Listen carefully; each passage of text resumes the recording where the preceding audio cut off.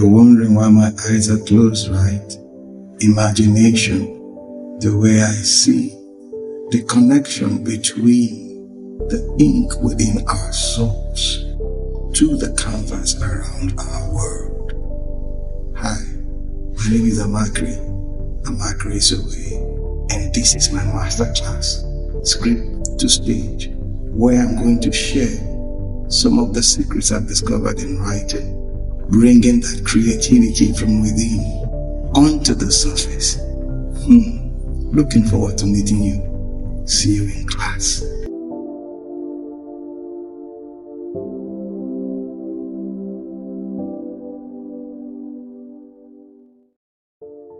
Good evening, welcome. I want to say a very big thank you to each and everyone who is on this call this evening to share with us. Yes, I am super excited and grateful to God for this opportunity, to do this and also to share with you. Okay, just hold on. I have some people in the waiting room to admit them. All right, they're coming in. So we're going to start. I don't intend to keep us here for too long. And just to let you know, it's going to be, I wouldn't say brief, but we're going to do it straight to the point. So as you come in, we'll just do some housekeeping before we start. You keep let's try as much as we can to keep our microphones muted, and if even our cameras too, because I know sometimes because of the bandwidth we may have challenges here and there. Okay. Then again, if you want to ask any question, please feel free. You want to unmute yourself and speak, or you want to ask a question via the chat, or you want to raise your hands and all of that, I'll gladly oblige you and give you the floor to speak and all of that. So again, I want to say thank you. Thank you for doing this. I always use that with me because without you, it wouldn't have been. All right, we're going to start for the sake of time so that we'll keep the time. Script to Stage, my masterclass. First of all, I want to say thank you. I know I've said that before, but I'm going to say that again. I am excited, super excited doing this. Script to Stage, my masterclass, is all about the secret I personally have come to discover in writing, and also like to share it with you, and at the same time to let you know that it's possible, it's doable. We can walk this path together to create that book dream, that, should I say, content, that thing you have within, to create it and share it with the world. And that is why I'm here. Okay. My story, I always want to share, because somehow on this journey I have come to discover a lot, but it started from a place, and that is what I'm going to start with. That place where I came to discover that, see, you can actually do something with yourself, not necessarily beating yourself or looking down yourself. It all began from a point of depression. My story, from depression to expression. This was in 2017, when I had a very tough time. It was pretty tough. And I was like in a place where the best way I could describe it was like I was in a dark place. Like, how do I move from point A to point B and all of that? That was where I found myself. This was in 2017, so how do I move? How do I move? It was really depressing, I must tell you the truth. And somehow, by God's grace, I had to find myself. to like, it's more or less like releasing that energy, and I had to do that, so I had to discover my bearing. Mathematically speaking, for those of us who love maths in school, and when we're doing coordinates and what have you, if you want to move from point A to point B, you need to find your bearing. Maybe the coordinate, you take it from the north, as the north is a constant. So you take it, either you're going to south or west or east, but you have a point. So you have to find your coordinate, the path. You choose either, to be negative or to positive. To be positive, you choose to remain where you are or to take it to the next level, So you begin to find your source, meaning, fulfillment, I want to do something with myself. I want to write. So if I want to write now, I want to release that energy. Where do I start from? What do I start with? Like I said earlier, my story was that of depression, finding myself in a place where I was unhappy, and I just felt like I needed to do something with myself and all of that. So I had to discover my bearing. I had to discover that thing, my path. I had to choose it. And honestly, in writing, any form of expression, you need to discover that. Then, when you are there, I discovered what I call the heart principle.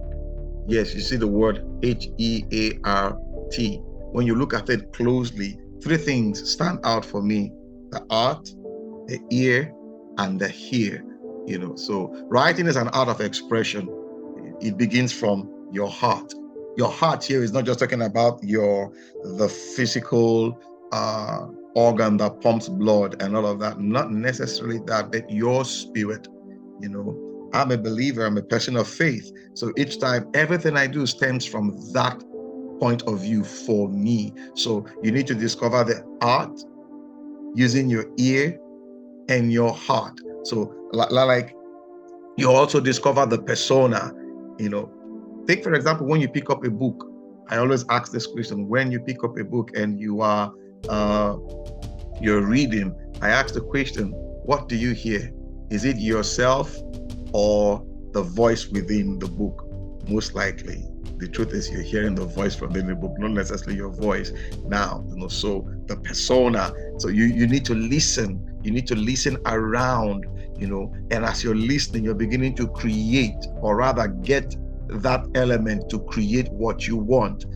I call that the persona. The art of listening is the beginning of a true writer. For a true writer, you must have the ability to listen. You must listen. You just have to listen. You listen more or less like you're observing it could be your external environment. It could be your internal environment, but you're listening. So as you're listening, you're beginning to create, put together the colors, the words, and all of that. So the principle of writing, like I call it the heart principle. When you look at the heart, the word HEART, you see three things, spring out of it: the art, the ear, and the hear. So you need to, like I said, harness that capacity to hear with your heart, bringing the art out of it. So the art of listening is the beginning for a true writer. You must listen, as in listen around you, listen internally, listen externally, to get the information you need, the raw material you need, in creating that word. Then you jump into what I call imagination, the way I see the child within. Each time I get to this point, I look at when I relate with my children, even now as a father, I hear like my daughter, when she's trying to describe things and all of that, I see how she plays with her imagination, picking words and what have you. So you have to, as a writer, the beginning, one of the stepping stones for you would be imagination. using your imagination. That is the way you see, actually engaging with the child within. You may say, well, I may look stupid before certain people. No, because the mind of a child is so pure and so beautiful. When you see a child weaving the reality from their imagination, is so amazing. So that's the way, for me as a writer, I see, the consciousness of writing. I look at it from writing from the position of learning. As individuals, we all have different style of learning.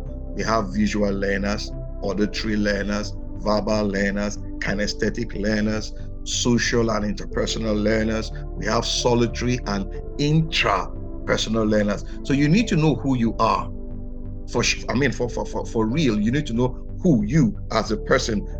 How do I learn? Because the way you learn most likely will be the way you write from that point.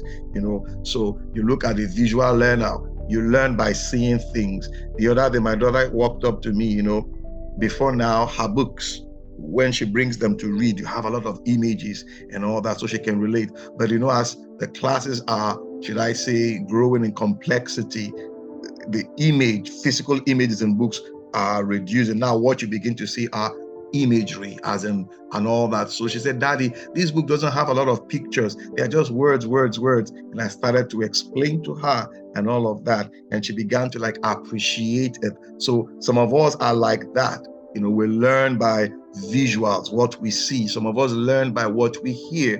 The minute you hear something, you can connect with it immediately, and you begin to create these images and all of that. So you must discover who you are. Some of us are verbal learners. Yes, talk. As we're talking now, you find it difficult to, if you have a material in front of you, a book, but when the book is being read to you, is being spoken to you, you begin to get the information you need. Yep. Some of us are kinesthetics. That is, we're very active. I have all of them in my house as my children. I mean, my second son, he can barely sit to learn. He's always everywhere. And initially I found it difficult, can't you sit and learn? In me, I was saying that, but I discovered that he learns better when he's on the move. He's active. Things that he's jumping from one part of the house to the other. Surprisingly, we have personalities like that. Then social and interpersonal. We like to be in groups. We take advantage of that human connection and everything. That's how we learn. That's the best way we learn. We need to be in a group. We need to interact and all. Then we have the solitary, very quiet, like in a monastery kind of thing. You learn better from the point of solitude, like a hermit, more or less. That's where you learn from, so some of us are like that. So you need to understand all of this, but before you get into writing, discover your personality. Who are you? Who are you? Are you a kinesthetic learner, auditory learner? Do you learn by socializing, interacting? Because as a writer, or for one who wants to put out a thought there, if you don't discover all of this, you're going to be at what I call a crossroad of confusion. How do I take this to the next level and all of that? Then I call what I describe as the creative juice. The creative juice is between the squeeze and the release, where the fall becomes part of the dance. Nothing for me as a writer, comes by chance. It is an opportunity for you to express, to create, to say something. You're used to, your dance steps is 1, 2, 3, 4, 1, 2, 3, 4, and all of a sudden the fifth step comes in 1, 2, 3, 4, 5, and you think you've made a mistake. Actually, you've not. You're only changing the rhythm, the pattern of your style. So that is hold on, I'm seeing somebody chatting here. Yes, okay, somebody just kinesthetic learner. I should elaborate more on the kinesthetic learner. Okay, like I said, kinesthetic learner is like when you call kinetic movement. You move. Kinetic energy, that's as we call it. You learn by movement. My second son has shown me that it's possible. You're talking to him, he's running around the house, it feels like he's not listening to you, but when you put up a question to him, he gives you the answer. So some of us have that frame of thinking. We work better when things are, should I say, in disarray, so to speak, when things are disorderly, so to say. We kind of put a pattern to it. We bring a pattern out of it and we make meaning out of it. That is a kinesthetic learner. So the 1, 2, 3, 4 is what you're used to, back to the creative juice. And all of a sudden, a 5th step comes in. And for you, it's like, you've made a mistake. Actually, you've not. Because the truth is, that 5th step is part of the dance. You have discovered something new. So you incorporate it into your writing ability, into that thing, and you bring up a new pattern. 1, 2, 3, 4, 5, and you go back 1, 2, 3, 4, 5. So you make the dance, or rather the fall, as part of the dance. Very unique, And somebody said, it has not been done before. Well, we're discovering it now. So you find that the squeeze, the creative juice comes, when you are in that, should I say, very tight situation. You're trying to find your way out. You're trying to wriggle out of that situation, and boom, the answer appears to you. Yep. So that is it. Then this is what I tell people. Somebody say, do you find a comfortable place, a best time to write? I just say, just script it. Keep writing. My first book was written almost completely with my phone, because then I was always on the move. I was, traveling at the airport, between the journeys between my house and the airport, the journeys in between and all of that. So my phone became my companion. So I had a note that my wife actually introduced that to me, always writing. So you keep writing on your phone, on your notepad. I even do voice notes. You write anywhere you are. You can't wait for a perfect time. Somebody say, well, I want to be in a perfect situation. It may not present itself. Rather, you take advantage of the moment and you begin to, put your thoughts down. Why? Because these words come in fragments. Thoughts, they come in fragments. As you put them together and all of it, then you now sit down and begin to piece them, one after the other into, one after the other into that big collage, of what you call. The way I describe it is, when you look at an artist, putting a brush strokes all around, and you ask, what's the person doing? As each stroke is going, each of the strokes as they are going, when you keep going backwards, you begin to see the image being formed. Things like, they look like jagged lines and all of that, but pattern is being created. That's how it is also for writing. So you don't wait for that perfect situation and all of that. You begin to piece them together. Yes. And so you choose your language. Yes. You choose your language, what works for you. You choose, I'm not saying dialect now, your language.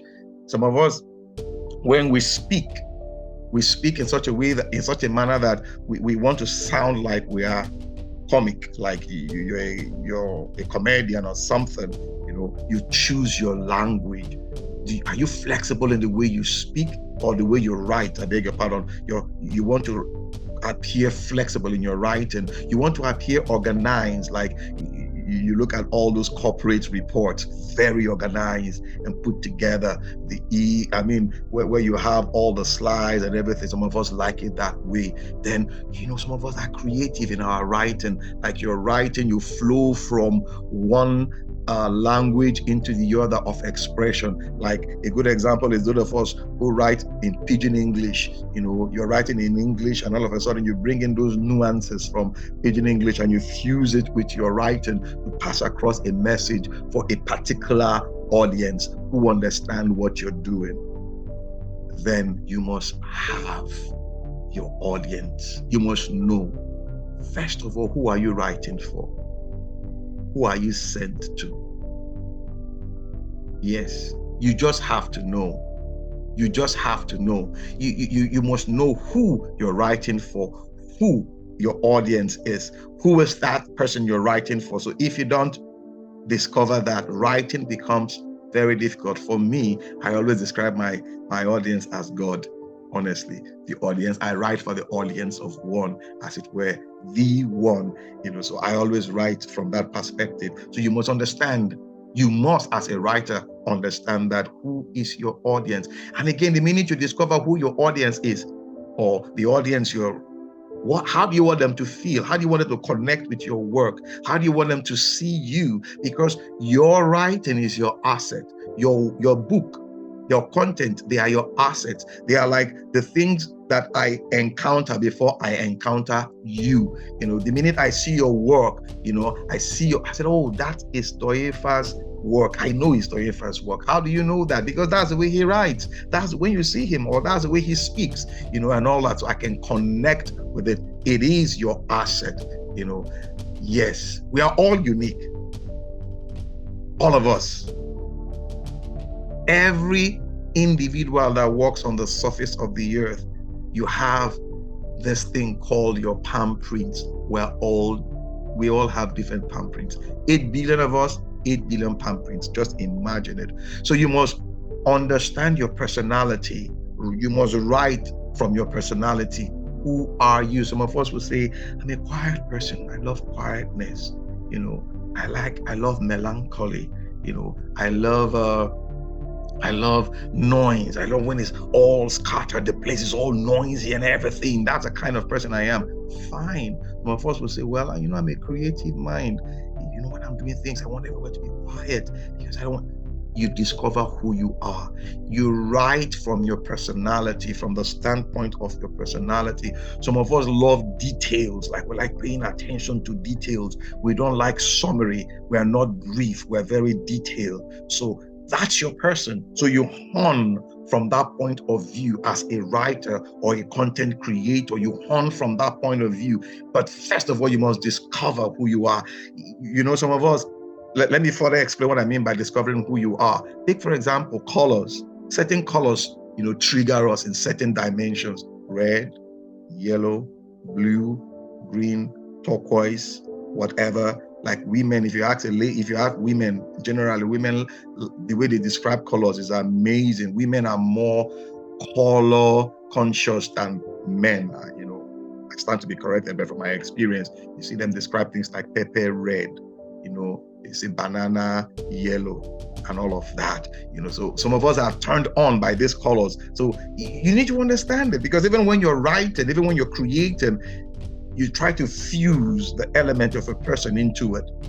That is an aspect that you must embrace. See, we are often unaware of this, but it influences everything about us, more in our expressions, formal or informal. You must understand your person. So those things you see happening are all around you and you feel they are out of place. They are not.